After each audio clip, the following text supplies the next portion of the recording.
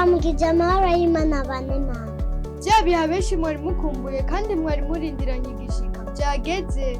Twagira tubamenyeshe ko twabateguriye igikorane kidasanzwe ku kibuga ca Ets Kamenge ku magenekerezo ya 21 na 22 ukwezi kwa kabiri mu mwaka turimo, aho tuzoba turiko twigira hamwe ivyigwa bidasanzwe vy'imboneka rimwe, Ivyigwa bijanye no kwikingira amagara yacu, Ubukristo bukwiriye mu mibereho yacu, hamwe n'ivyigwa vy'ubuhanuzi bwa Bibiliya, Daniyeli n'Ivyeshuwe Yohana.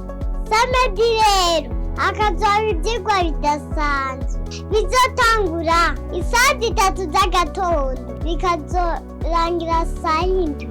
Hakazoba ibindi vyigwa vyo ku mugoroba bizotangura saa 8 bikazohera saa 11 z'umugoroba. Dimanche naho rero n'akabigenda bafinze kuva saa 4 kugeza saa 7 tukazobanza kwakira abaje kwivuza. Ikiryoshe niko tuzobavura no kubuntu.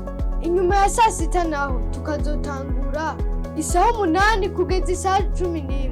Tubibutse ko gusiba no gucererwa ntivyemewe. Wirushira ubuzima bwawe mu biganza by'Umukiza.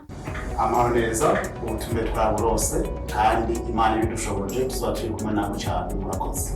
Turabaramukije kandi tubashimira ku butumire mwaduhaye kubw'igikorane mwateguye kuri Ets Kamenge. Samedi na dimanche tumaze yuko tuzoba duhari.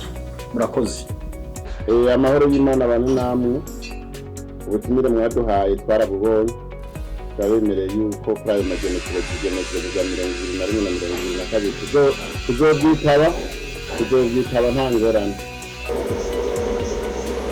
Murakoze kugira ubutumire bwo ku munsi wa gatandatu wo kuwa Mungu, tuzobyitaba kandi tuzogira n'abandi baje muje kubikorana.